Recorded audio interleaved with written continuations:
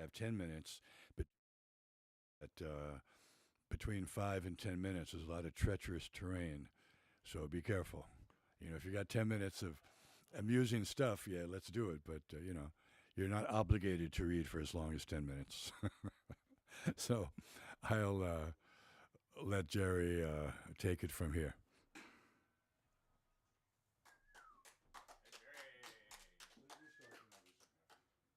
No, no, no, no. First, we got to hear from Michael. But he knows more about the business end of this operation than I do. Is this okay, Eric?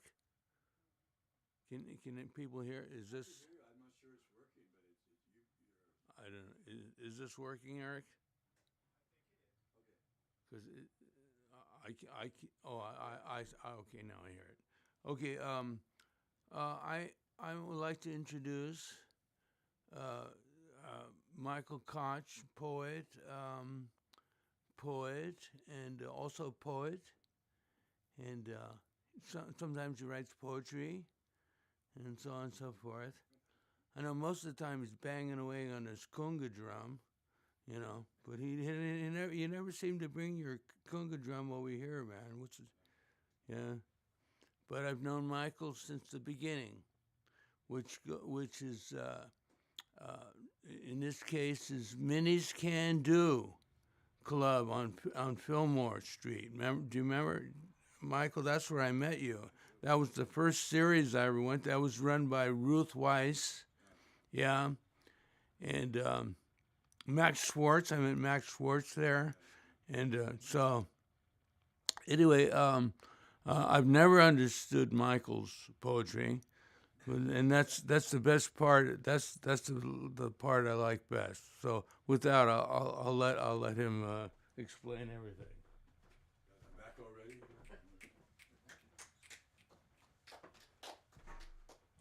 Yeah, I was going to read a quartet of brief things. A first and last poem from two collections. This is the first poem in Street Theology. It's called Is Coming.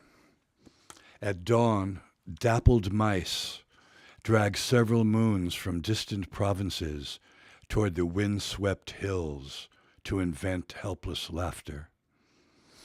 The bartender has no neck, and 9 Taoist immortals starring Jimmy Cagney blares from a box no bigger than a shoe. O Thomas Alva Edison, your translucent sex drive lights the western sky. Order more wine and white-hot scars. Dark tenderness is coming.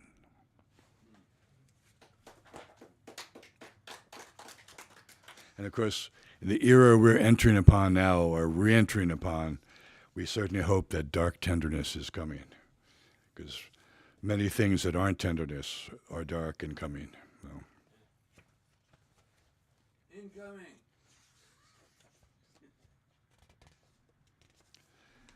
I really must. I really must be going. It's been real, but not overly so. Thank God the wine was good. Neither as red as my pants on fire, nor as purple as a monkey's ass, but complexly flavorful nonetheless. And very thirst-quenching. I am a thirsty man. The wine was good, and now I really must be going.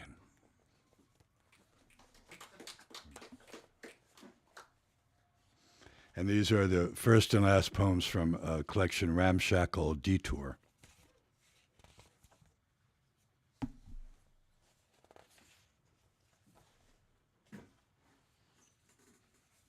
Actually, there's a little, what is it called? Not an aphorism, a little, I think before it.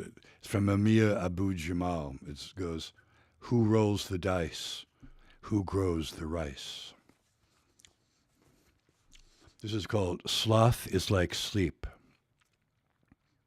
Or youth, a thick sap and a flame in our veins like a lazy dog at heat, as the whole chingadera burns down. Me, I wake up each morning like a stone dropping from heaven. I don't know my ass from an onion. Whenever I see a woman reading Beckett in public, I pretend to be a blind man with perfect pitch and write my name with a twig in the sand.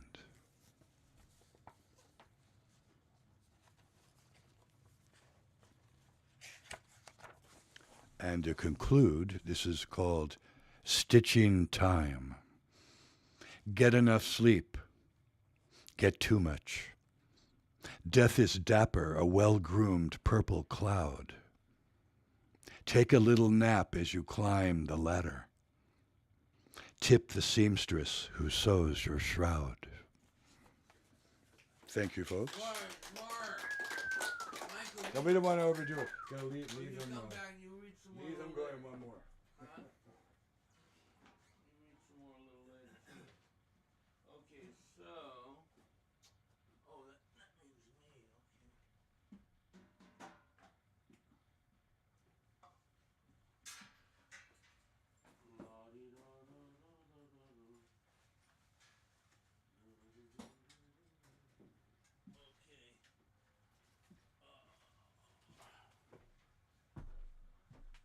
So, yeah, what? Yeah, that's what I thought. All right. Hello. Dun, dun, dun. I'm about to publish a book of poems, which I wrote up at my mom's ranch up above Russian River, just back in the hills above Jenner there, where the Russian River empties into the Pacific Ocean right there. We had a place up there. And the book's called The Grace of Crows, and there are actually 22 bird poems. So I'm just going to read a few of those now.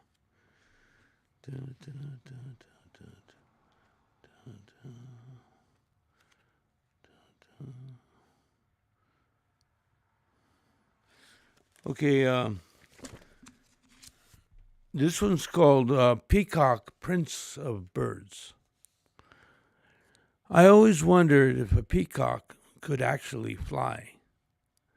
And indeed, I once surprised one, a neighbor's free-ranging pet, and it lifted itself across a narrow gully. A flight of majesty it wasn't, but in a pinch, I suppose, evolution thinks, even this vestige of flight might save your life. Its cry is also unique, more like a scream in the night than a song, as if suddenly waking from a nightmare. But what can compare with its awesome display, all its iridescent eyelets, the shimmering vision that takes our breath away, as if creation can't help itself and can only create darkness, beauty, wisdom, and wonder, and not necessarily in that order. Like the story of Prince Siddhartha, the historical Buddha, who left the palace to follow the way. He knew he couldn't go back again, unless perhaps he came back as a peacock, prince of birds, palace pet, pride of our lineage. On the path to enlightenment, stranger things have happened.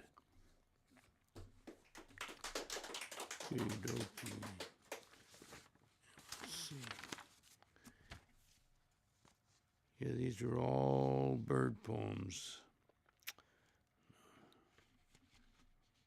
Let's see.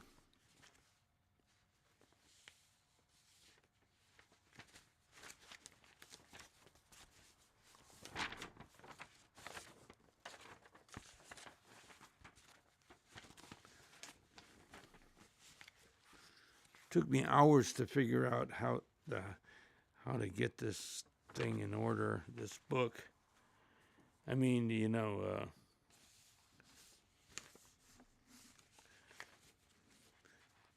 the pages aren't numbered, and I'm trying to figure out which part goes with what on which page and get them all lined up in order. Okay. Okay, here's one called The Band-Tailed Pigeon.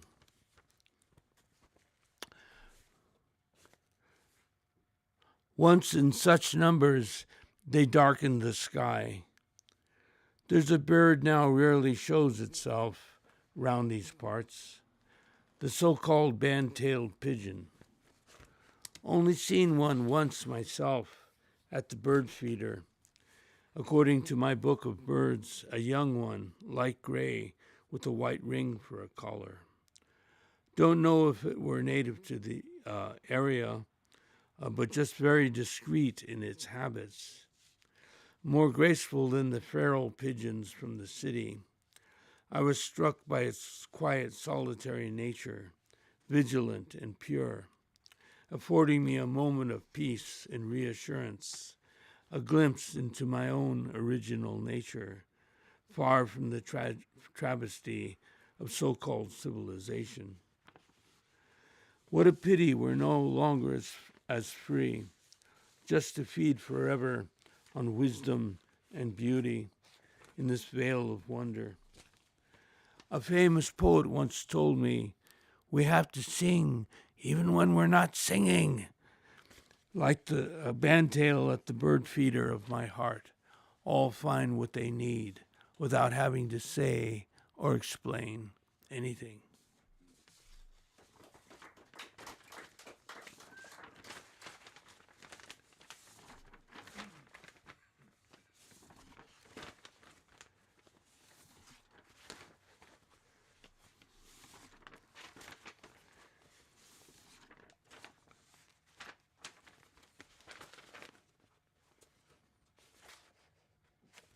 Okay. This is called kosher turkey.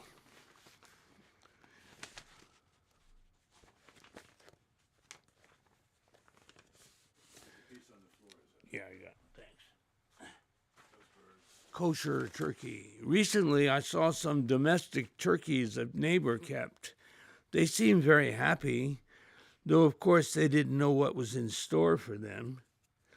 But then neither do we, even if we are for the moment top dog on the planet. But remember, you are what you eat, and what we are is meat. That's the neat thing about the food chain. There's always room at the top. And that's why our father Abraham gladly cut the lamb's throat, while poor innocent Isaac wondered all his life why the voice of the angel who had intervened on his behalf sounded curiously like his favorite Uncle Harry, who probably staged the whole thing anyway. He was that kind of guy, always with a joke or prank up his sleeve. Anyway, the turkeys probably don't get it. But it has to be done properly, in the right spirit, in the purity of that moment, with full appreciation of the gift, or it's not cricket. Throw it to the dogs, for the source of nourishment itself is without pity or sentiment, even for turkeys, even for us. A friend of mine's illustrating this book. He's got a can of kosher turkey. Okay, let me read one more. Okay.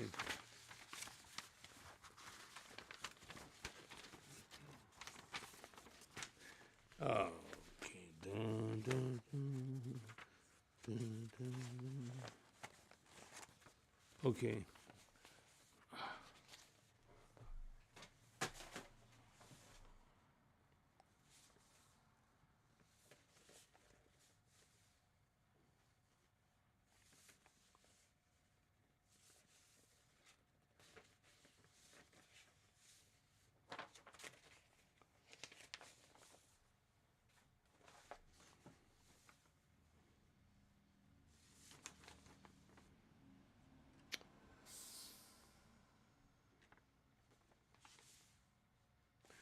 Okay, this is called birds at Black Mountain Temple, and near our place up in above Russian River, there's a retreat center, kind of a monastery, Buddhist monastery retreat center, and I wrote this for them. All the birds at Black Mountain Temple. Just a short drive from the ranch, following the fluttering prayer flags, I arrive at Black Mountain Temple for a 3-day retreat, invited to attend as a lay practitioner and neighbor by the head lama, a stunning half-Chinese, half-British spiritual hostess with a gem-like wish-fulfilling smile, who told me it was not mere coincidence that I found my way here to Black Mountain. She runs the retreat center for the Rinpoche, or Reverend, I call him, under whose gentle wing the Dharma of his noble lineage quietly flourishes, empowering his students with the sweet sword of discriminating wisdom. Formerly a minimum security state prison, we used to see the inmates at times working on the road. Ironically, the same road Black Bart, the famous bandit, used to jump the stagecoaches running to Russian River, and who was much beloved and sheltered by the locals, and who often left a poem for the authorities in the empty cash box. The facilities are lodged against a wooded hillside and provided exactly what was needed for serious group practice and extensive study. Large dormitories with showers, a big kitchen and dining hall, a spacious meeting hall and ceremonial shrine room, an extensive library, many devotional butter lamp altars for the dead, and enormous incense burners, a hardy vegetable garden, even a garage for a volunteer fire truck, fire being an ever-present danger, and it's going to happen sooner or later. A gong announces the call to stillness on the first day at dawn. The whole flock with shoes off, entering the shrine room with full prostrations and pure intent for the benefit of all sentient beings. The resonant chanting of the congregation invoking the deity with drums, cymbals, handbells, finger bells, or tingsha, longhorns, human thigh bone trumpets, reed pipes, blaring conch shells, 7 precious metal singing bowls, expert swizzle racket drums, mystical hand gestures or mudra, clapping hands and snapping fingers, our meditation on sunyata, or emptiness, and daily offerings to the spirits extend to the mountainside. All the birds at Black Mountain Temple practicing nature's way of right livelihood, tying heaven and earth together, an unsurpassable teaching. It's all about humility, says the Rinpoche, to keep us pure so we can see things clearly. With a humble attitude, you can accomplish anything, even your own enlightenment. Nothing is impossible. When you see angry people always pointing the finger and blaming others, you can be sure they're not looking at themselves and working on their own flaws and imperfections, their own karma. If they were talking to the Buddha himself, it would go in one ear and out the other, so preoccupied they are with themselves. The ceremonial feast served at the end of retreat, called Sog, consisted of plates piled up like Everest, with every kind of crunchy and savory goodie you can imagine, a vision of plenty, a tapas galore, no knives, forks, or maps necessary. Everyone gets a glass of apple juice and a shot of cheap wine. Our illustrious ancestor getting 2 full cups, if I'm not speaking out of school. But by this time, I had had enough and decided I'd better get back to the ranch to see if my usual routine was still there. I said goodbye to the Rinpoche and his wife, our most charming and gracious host, thanking them for this life-changing experience, and flew off into the high blue lapis lazuli sky. All right.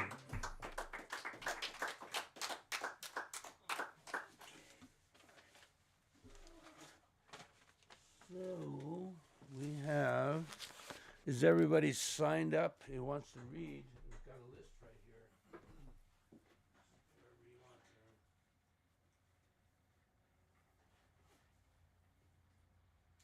Oh, great. Okay, we've got like 6 more readers. Great. Fantastic. Okay, first of all, a regular here to burn Beckett, Brad Benson.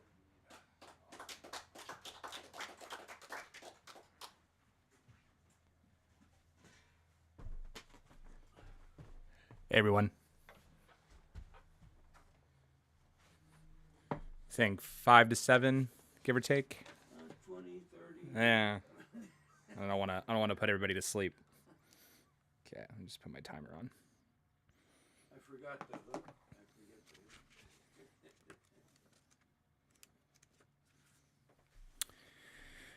Breathing myself to a place of perennial inner peace, love, and serenity. To be grateful beyond words and thought.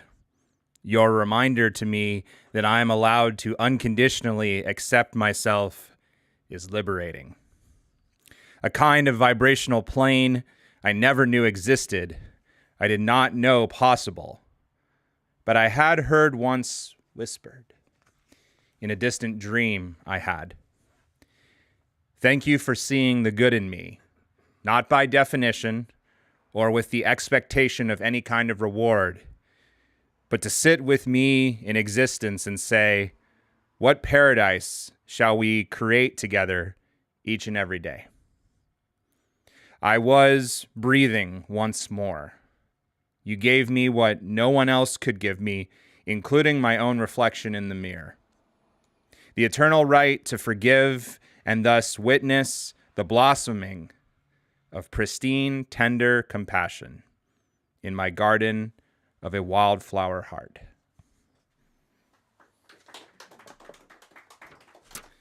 This one is fresh today. We'll see if it makes any sense.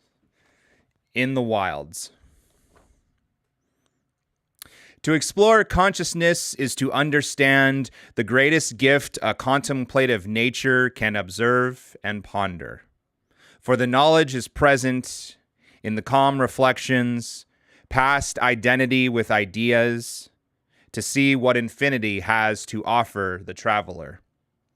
It is not demeaning to glance in the mirror, open-minded and willing to abandon the ego, to know the raw and cold setting, desire to know how to act better, not afraid nor concerned of where the road goes, trust in the process of pursuit to meaning and discovered magnificence.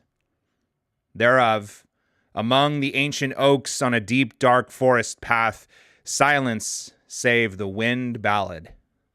Stars emerged in the clearing. Upon the temple steps, bright realizations in these wilds, not in fear, but in triumph, made real by each step to this calling.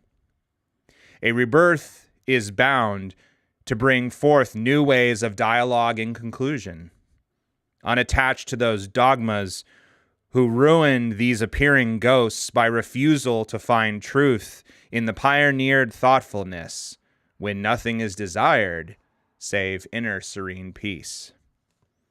My quest takes us thus onward, beyond the river's edge, scaling the horizon's mountain crest, to reach some oracle once again, perhaps, who lives and dares to breathe, not for gold or for fame, but truth as it will be, as it once was, and thus how it shall always become.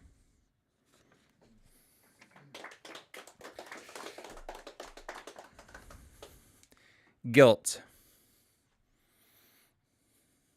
There is this game called guilt since the beginning of organized people.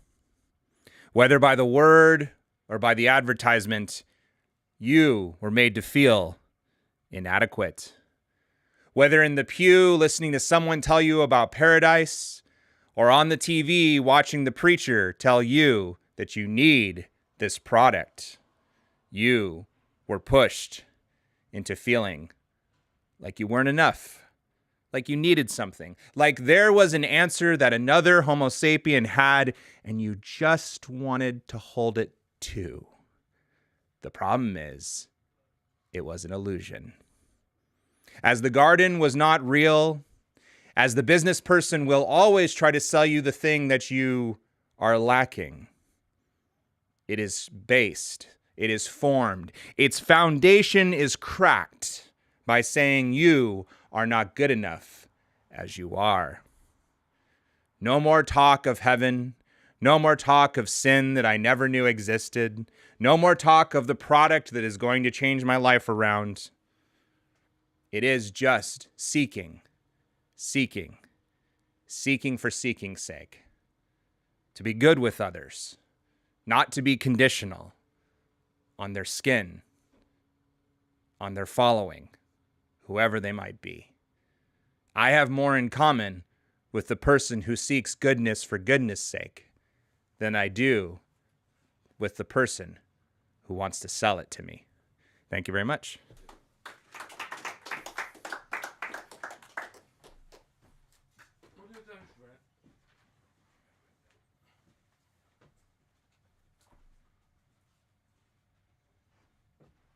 Okay, Ron Meyer. With an S. Pardon? With an S on the end. Ron Myers.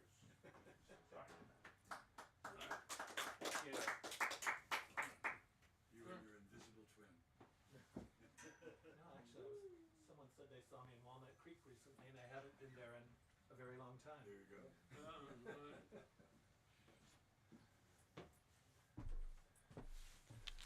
Okay, hello everybody. You can have a preamble since we got so much time. Anything you want to say A about preamble. Yeah, I haven't been here since I think the last time I saw Neely Cherkovsky read here. You were here with me in August. Oh, was that August? Yeah. Oh, that's right. Oh, well, thank you for correcting me for the sake of the videotape. And no, thank you. Hal Rowe from Spokane, Washington, who we'll be hearing from soon to read some poems by Lou Welch. Anyway, I guess what I'm trying to say is that I miss Neely, and I have a poem here that eventually I'll read about, dedicated to Neely Cherkovsky. But this is the first one I'm going to read. It was published in this edition, this anthology called Ain't No Dead Beats Around Here. This is called 600 Pounds of Poetry.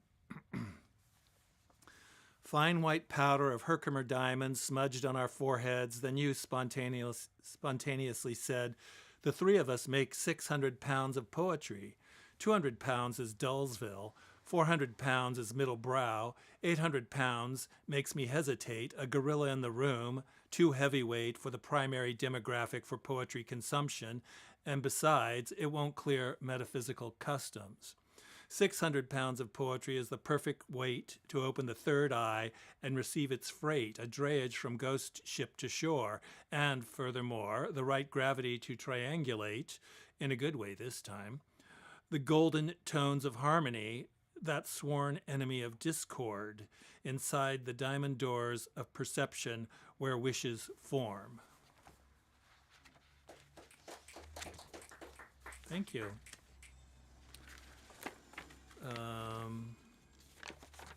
Let's see.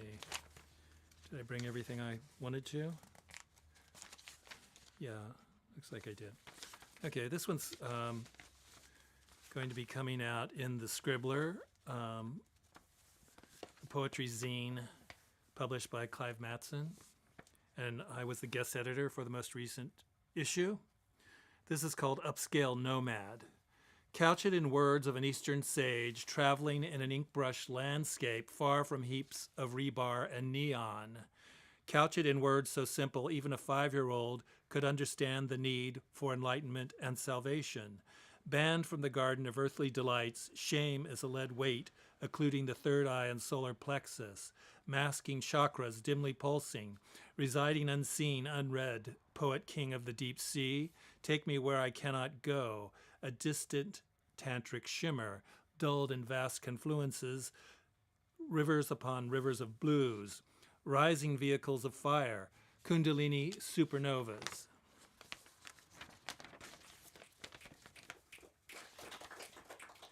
Thank you. This is At the Tobacconist. This is dedicated to Neely. Yours was a movable court, a floating poetic residency, making every public chair a throne, no matter where our wanderings led us around the Bay Area. Even in this last all-male bastion, among clouds of surrealist pipe smoke and intermingling pungencies, somehow the familiar stranger sense you are a powerful magician of some unknown realm. Not even the manufactured fervor of the football announcer shouting from the high-definition jumbo TV to the back of your wild hair disturbs your self-possessed dignity. Puffing away with faraway eyes, quote, 1,000 dreams within gently burning, unquote. Who knew you would be gone only a few weeks later, like those ephemeral puffs of smoke, like those dragon days of flaneuring?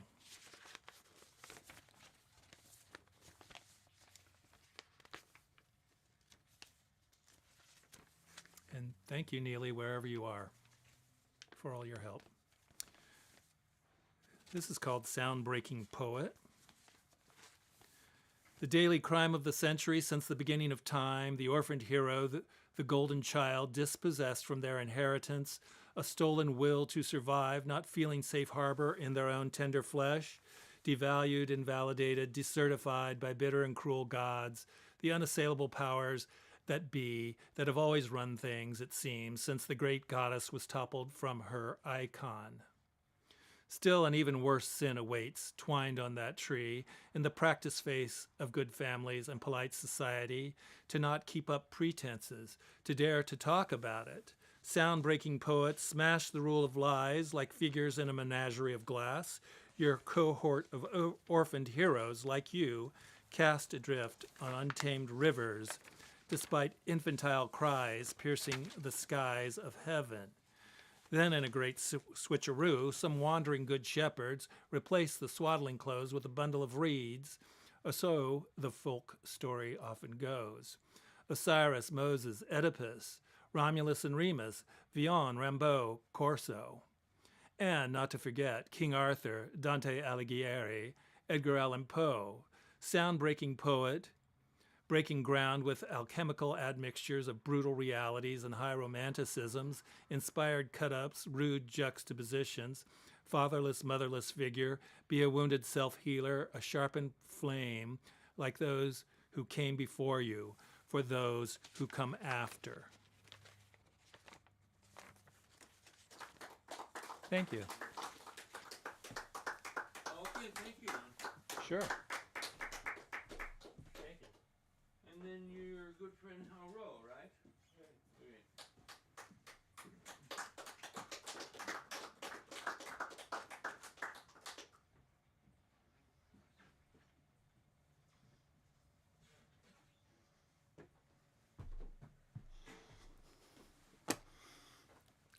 Well, I'm down here in this warm climate. I live in Spokane, Washington, where it was about 25 degrees when I left this morning. And I brought too many layers of clothes to San Francisco, so not enough light ones. I didn't bring anything of my own to read, but people said just read. So I'm going to read some from Lou Welch, who's probably my favorite poet. Well, it's hard to have a favorite, but who's influenced me quite a bit. And Do you have personal connections with him? no, No. Okay. except for Just from his writing, you think? his writing and also connecting with Gary Snyder, who I've met several times. So, who was Gary and Lou and Philip Whalen all roomed together at Reed. Some of you might know that. You want to talk about that a little bit? Or?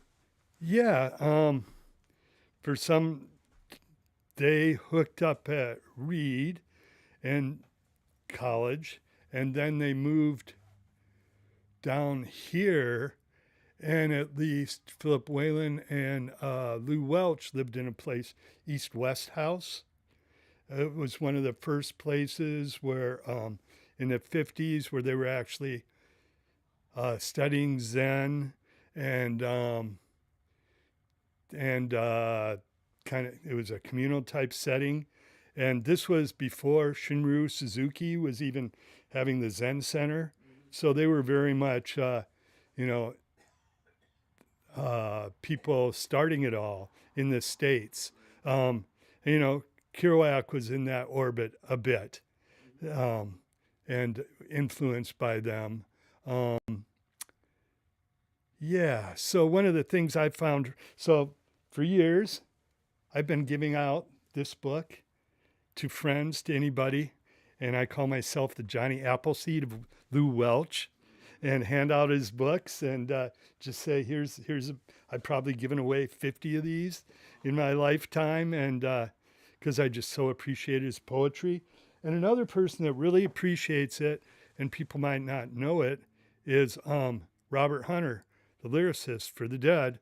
Is he, the thing that really turned him on to poetry was reading Lou Welch and kind of set him off on that, writing those lyrics and stuff. So he had a huge influence on our culture. But he's actually a tragic figure as well, right?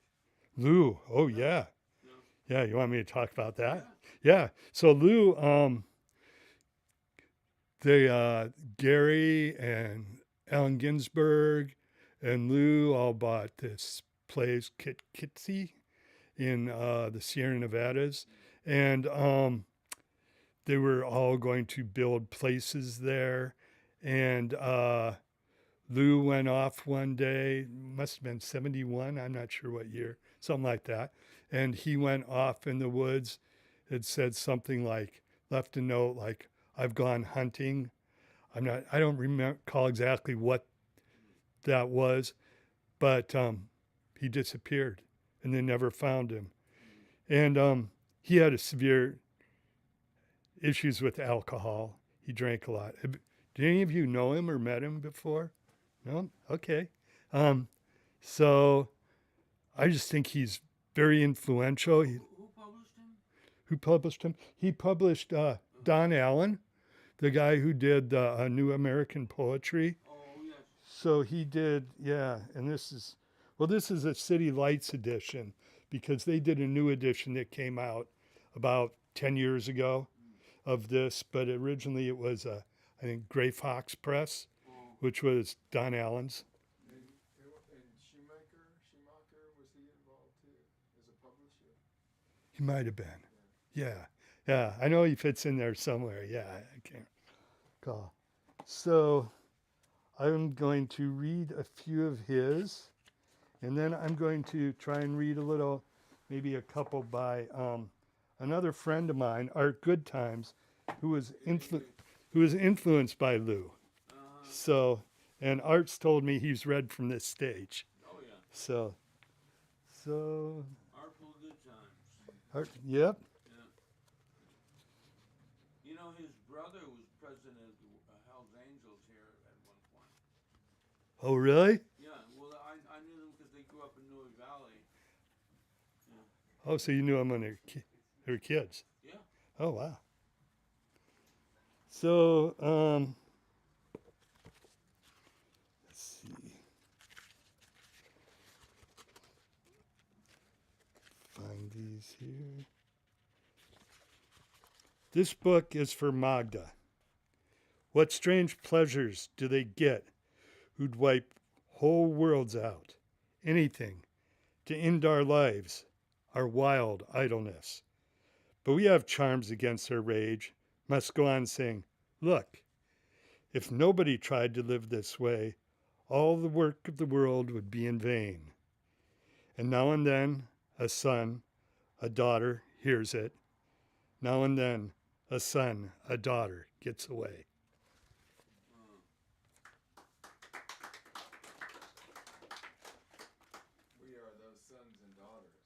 Yes.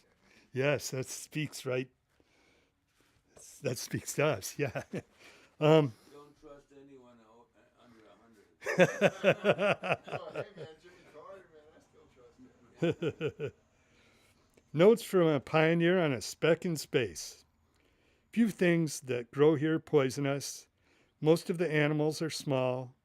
Those big enough to kill us do it in a way easy to understand, easy to defend against. The air here is just what the blood needs.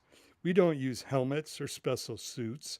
The star here doesn't burn you if you stay outside as much as you should. The worst of our winters is bearable. Water, both salt and sweet, is everywhere. The things that live in it are easily gathered. Mostly you can eat them raw with safety and pleasure. Yesterday, my wife and I brought back shell, driftwood, stones, and other curiosities found on the beach of the immense freshwater sea we live by. She was all excited by a slender white stone which exactly fits the hand. I couldn't share her wonder. Here almost everything does.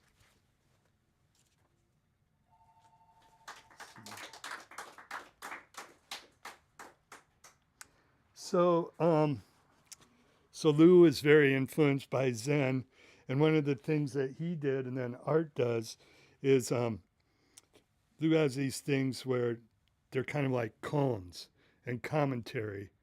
They're like Zen koans where he presents these, does a presentation, then there's a commentary by a figure he calls Red Monk. So here's one. The riddle of hands. In every culture, in every place and time, there has always been a religion. And in every one of these religions, there has always been the gesture of hands clasped together, as Christians do to pray, in order to signify something important. Why is this? There is only one right answer to this riddle. Commentary by the Red Monk. This gesture has but one source. Who would think to pick his nose or cross his eyes at such a moment? The man who claims to feel power between his hands is lost in forms and ideas. The man who clasps his hands and waits will never see the light. And then the riddle of bowing. In every culture, in every place and time, there has always been a religion. And in every one of these religions, there has always been the gesture of bowing so fully that the forehead strikes the ground. Why is this? There is only one right answer to this riddle. Commentary by the Red Monk. Sooner or later, the gesture is necessary no matter which way you go. Suzuki bows with so much confidence, we all feel bold. And then I want to read his The Ring of Bone poem.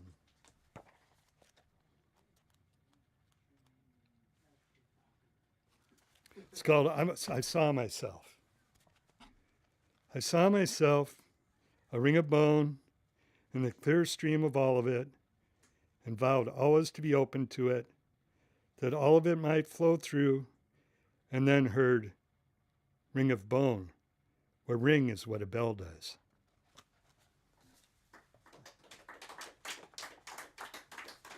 Did you know Kush? I know of Kush, but no, I don't know Kush. I've been asking Art to fill me in about him. So evidently he did Lou, or yeah. He moved back to New York. So Art has taken kind of this thing, this Red Monk commentary, and he's a big Lou Welch fan too. And so he has, instead of the Red Monk, he has McRed-Eye. Make peace. Is it maturity to have moved from outlaw to in-law? To have shed the stars and striped scarf of Earth First motto, no compromise? For a political pacemaker, for a seat on the board as peacemaker, shoulder to shoulder with enemies and allies, milling around and working the radical middle? Or is it simply a failure of nerve, this unwillingness to allow the other, in all her guises, all his gyrations, not to become our friends. Or perhaps McGredeye says it's that grand hardscrabble mistake of learning love last. So Art was, he edited the poetry page on the Earth First Journal. That's how I first made contact with him. Is that book a Beatitude Press book? This one? Yeah. No, it's Lithic Press. Okay. It's the same one. Yeah. Yeah, Lithic. Is that how you pronounce it? Yeah, they're very popular right now. Yeah. Couple more, and then so got to know him through Earth First, but he later became a county commissioner in Colorado on the Green Party, and then so it's amazing how Art kind of moved in there. He's got this whole kind of thing about mushrooms. Yes, Like yes, all I asked him, "Do you mean magical?" He says, "All kinds." right. They do everything. Yeah. Yeah, I just mailed him a book of mushroom poems that was edited by a friend of mine in Spokane. So here's two.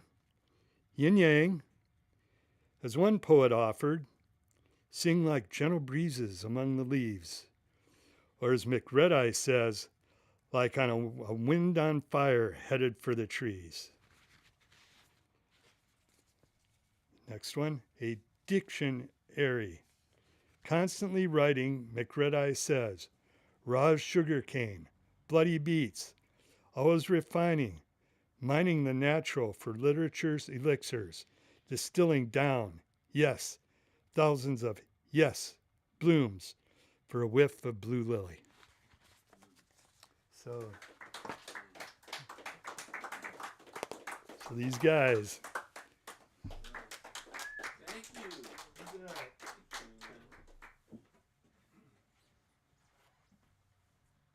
Now we come to, good God, I don't know. Gav. Oh, Gav? Yeah. Okay, Gav K. Yeah. Gav K, okay. Fine. How do you know about this reading? Is it your first time here? Yeah, this is my first time here. Yeah, I recently moved to Bay Area and I was just looking for places for like From? poetry online. Oh, from Portland, Oregon. Oh, Yeah.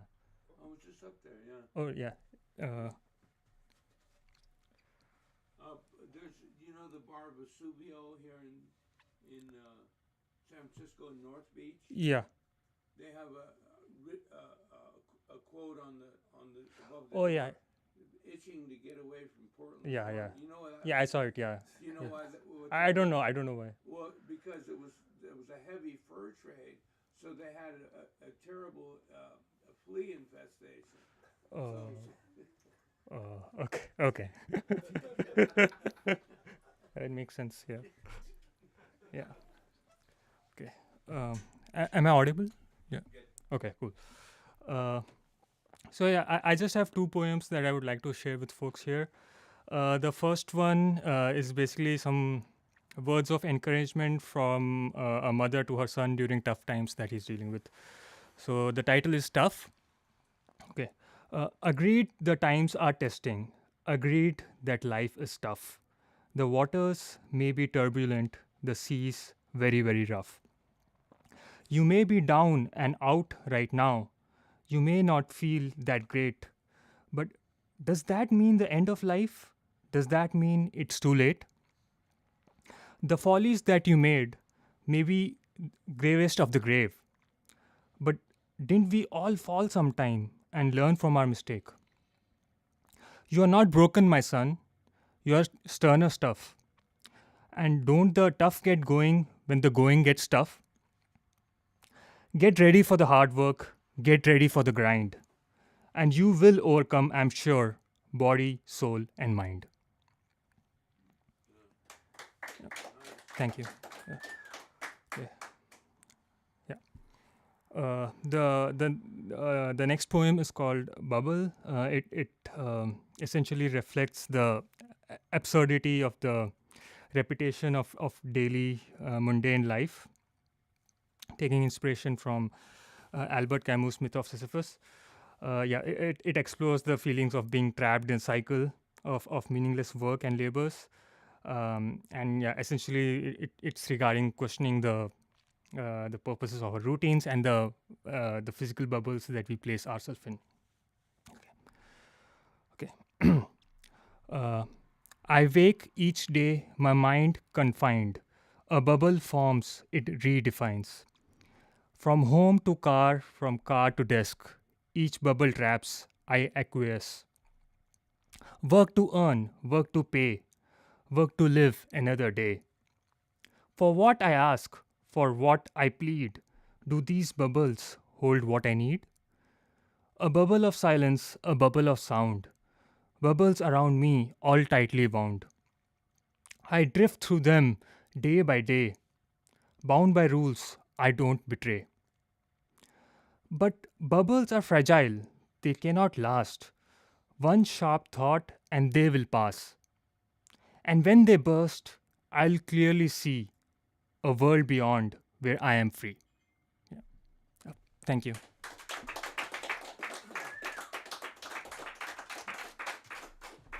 How do you know about this scene?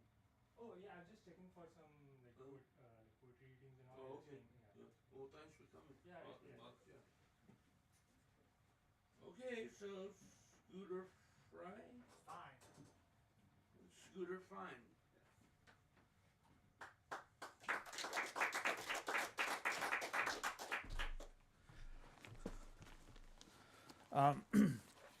I wasn't planning on reading a bird poem, but since there were some bird poems, I'll read a bird poem.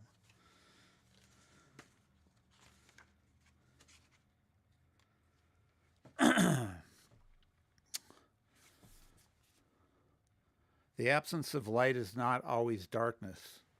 The absence of crows brings memories of crows. Absence of darkness brings crows. The day is coming. Darkness brings ice. Darkness is not absence. Light is a memory. The memory of crows, ice, darkness, light, crows means spring. The memory of crows, of absence, of coming light, whisper in night of spring, darkness, light, whisper of spring, of crow. Light, darkness, ice, absence, memory, not absence. Not memory, whispers crow, crow whispers light, whispers darkness.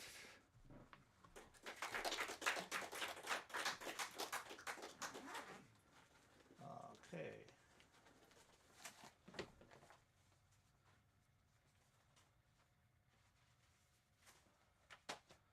You know what? I'll just continue from here. This is called Dream Poem.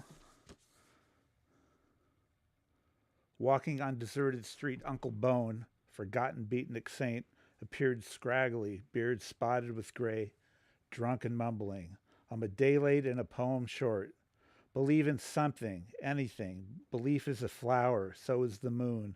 Sky flower, lick the moon, lick the flower. The moon is a flower to eat. Eat the moon, lick the flower. Belief is a flower that grew into a moon.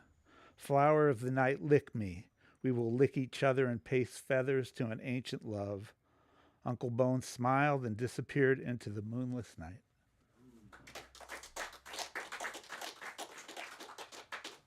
And because it is January, which means baseball season is sort of in the horizon now, here's a baseball poem.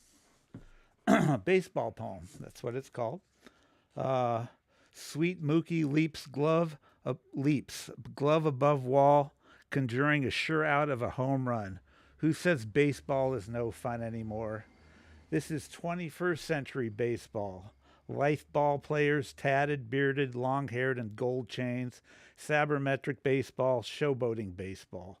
Bat flip, spin rate, launch angle baseball. Dugout dances, hip-hop, tick-tock baseball. Hard-throwing starters and even harder-throwing relievers. Ball 4, strike 3, and the big fly. The ghosts know, not to forget Mickey, Willie, and the Duke. Murderers Row, the Gas House Gang. However, that is baseball for another time. 2021 baseball has developed equations designed to reveal the number of stars. Still, baseball is reluctant to give up its mysteries. Possibilities always exist. The other shoe does not always drop. A summer night, baseball on the radio. John Miller illuminates the moonless night with the flight of the ball. Baseball, an existential question, a sequence of events. Does it matter if a taco is a sandwich or is it a hot dog is a taco? Thank you.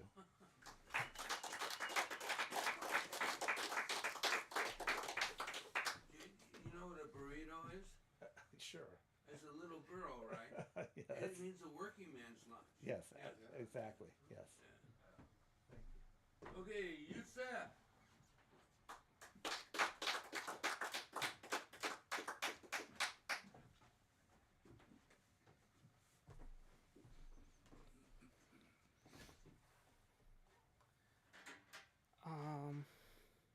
Thank you all for reading poems tonight.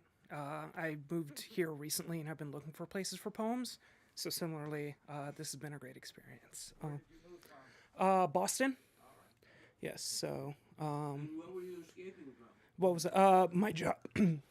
I guess unemployment. My job there ended, and then this one started. So I would like to. Well, welcome. Thank you. Pay rent apparently is a thing in 2024.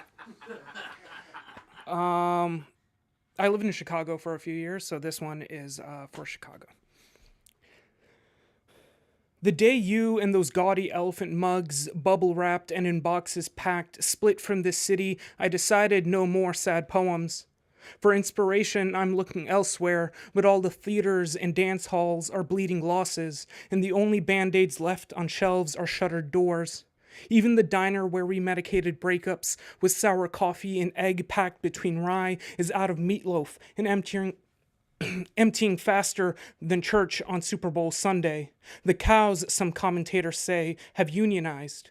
It is April and still snowing. Every morning forecast is a weatherman wondering how long we'll be underwater once it all melts. Last week, I petitioned the aldermen for the community project of building an ark. They said God retired from the miracle industry once man developed the technology for skepticism. I am working harder to remember strangers' faces, but when I set pencil to sketchbook, there are only doves. The closest I've been to a miracle was today, seeing a boy who, after crumpling under a truck, rose unmarked. A woman creaked past with her fruit cart as the driver stumbled out as though just learning of gravity. Emergency services arrived, and traffic was backed up into an orchestra for miles in every direction.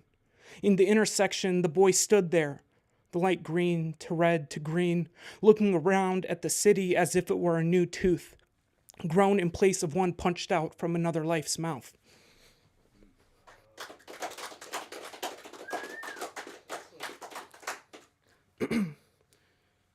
Is this the way? Yeah, there we go. This is a poem about death, as most are. The first day of class, the professor sleazed in 15 minutes late and said, even if you finish a book a day for the rest of your life, you'll still die without having read everything you love. I have since avoided the topic like an ex-lover. I have since marveled at cows and their lumpish restraint when everything on which they stand and sleep is food. This morning I opened the kitchen window, discovered crows squalling over the insides of the squirrel for whom I meant to leave out bread. Again, I am remembering the average lifespan of a housefly is 15 to 30 days. Even the planets are humble in their celestial ways, sticking to itineraries gravity grasped, mindful not to perturb the neighbor's rotational machinations. To this, my only rebellion is a language irresponsible and sprawling. Every Sunday, I take the Orange Line across town with solely a bag of the necessities. Where the nearby park seats to river, I commemorate poems onto scraps of birthday cards, fit them into aluminum foil schooners. I see them off, humble sailors voyaging beside kayaks and river cruises. Raising hooks like antennas to heaven, fishermen catch the city's brisk half-formed words. These boats, captained by images and pauses, clamber toward, into, out to the harbor's mouth like a split yoke bleeding into the hole. Of this elegy I have written and torn up hundreds of drafts. Each gets so long the sky kneels down to ask me, silly boy, why do you think you can hold all of this on your own? Thank you.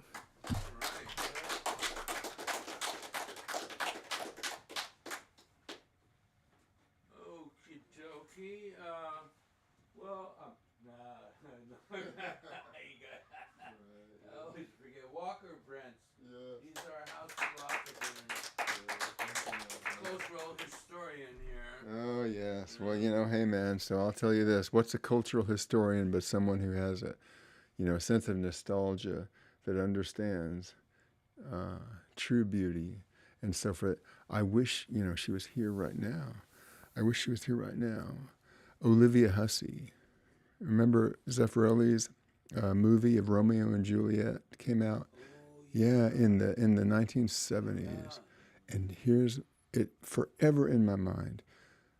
At some point in the movie, she's Juliet. She just comes off of that balcony and she rushes toward Romeo and she talks. It's just this one burr, this one like husk in her voice where she says Montague, of the Montague. And in that one moment, to me, I saw all the cypresses and everything behind her, and I saw St. Francis, Tuscany, I saw Da Vinci, I saw the unearthly Renaissance blue light. And I saw her, and I wish she was here right now. And that's Olivia Hussey, in Romeo and Juliet, the movie Zeffirelli made. You said something about Zeffirelli and Yeah. his career in Italy. Oh, very little I know, but I do love the movie he made of St. Francis. Brother, Sun, Sister, Moon. Yeah. And just Brother, Sun, and Sister, Moon. And, there were others. He did that. Didn't he make that movie about that saint who lived up in a tower? Oh, that might have been Buñuel, the Saint Simon Stylistic. Yeah, that was Buñuel, I think. Oh, yeah, but very different, but similar in their. Well, yeah, gorgeous and strange movies. They don't make movies like that no more. But anyway, they're like these poems. So I'll just read this little poem then. It is called "Name This Poem, Win Valuable Prizes." The reality of the meaning is the meaning of the reality. Time and time again, usually an image from another image, maybe with two keys, two legs, yet walking as if balancing, wobbly, a head full of water, atop which is a bucket full of dryness, walking to and from a fountain, quenchless and ever-living, seemingly one with change itself. The dots connect together forever, never the same way each time. So that's history. Yeah.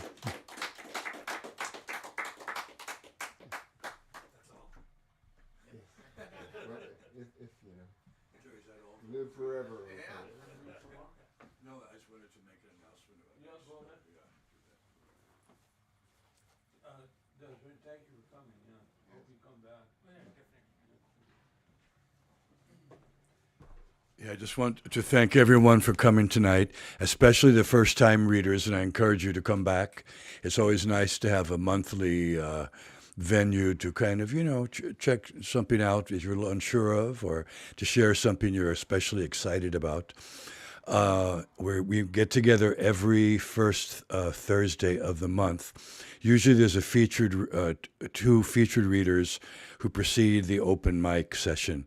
It didn't happen this week because of a health crisis of the person who was going to have a book celebration here. But next week there are two poets whose work I don't know personally, but I think it's two women poets whose style, they do like a dialogue, a poetic dialogue of some sort, where they exchange, and I don't know, but they have very congruent poetic personalities, apparently, and they've been doing this for a while, and it should be very interesting. So that's happening in February. In March, there's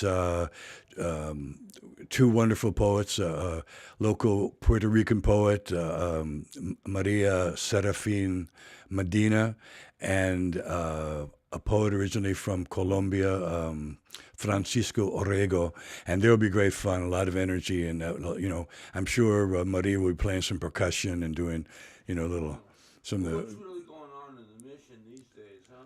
Yeah, no, and they're both, folks in the mission stuff. So, yeah, and, anyway, we have, it's online. You can check what's coming up, what the scheduled events are. There's, I think we're booked through July at this point. So anyway, thank everyone so much for coming. A lot of everyone, wow, it was really wonderful. There were wonderful moments without exception for everybody who read. So yeah, let's develop some energy.